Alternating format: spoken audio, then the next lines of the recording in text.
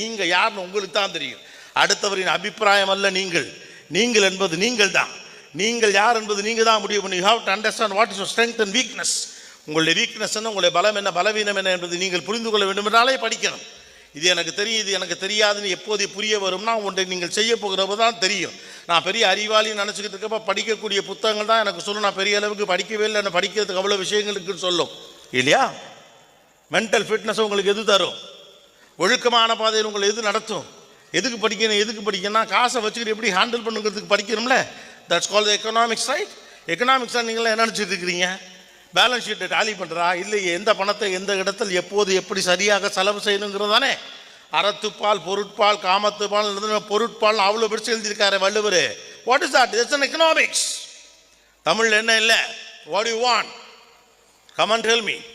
உங்களுக்கு என்ன வேணும்? அத்தனை வச்சிருக்கிறான். பிறந்த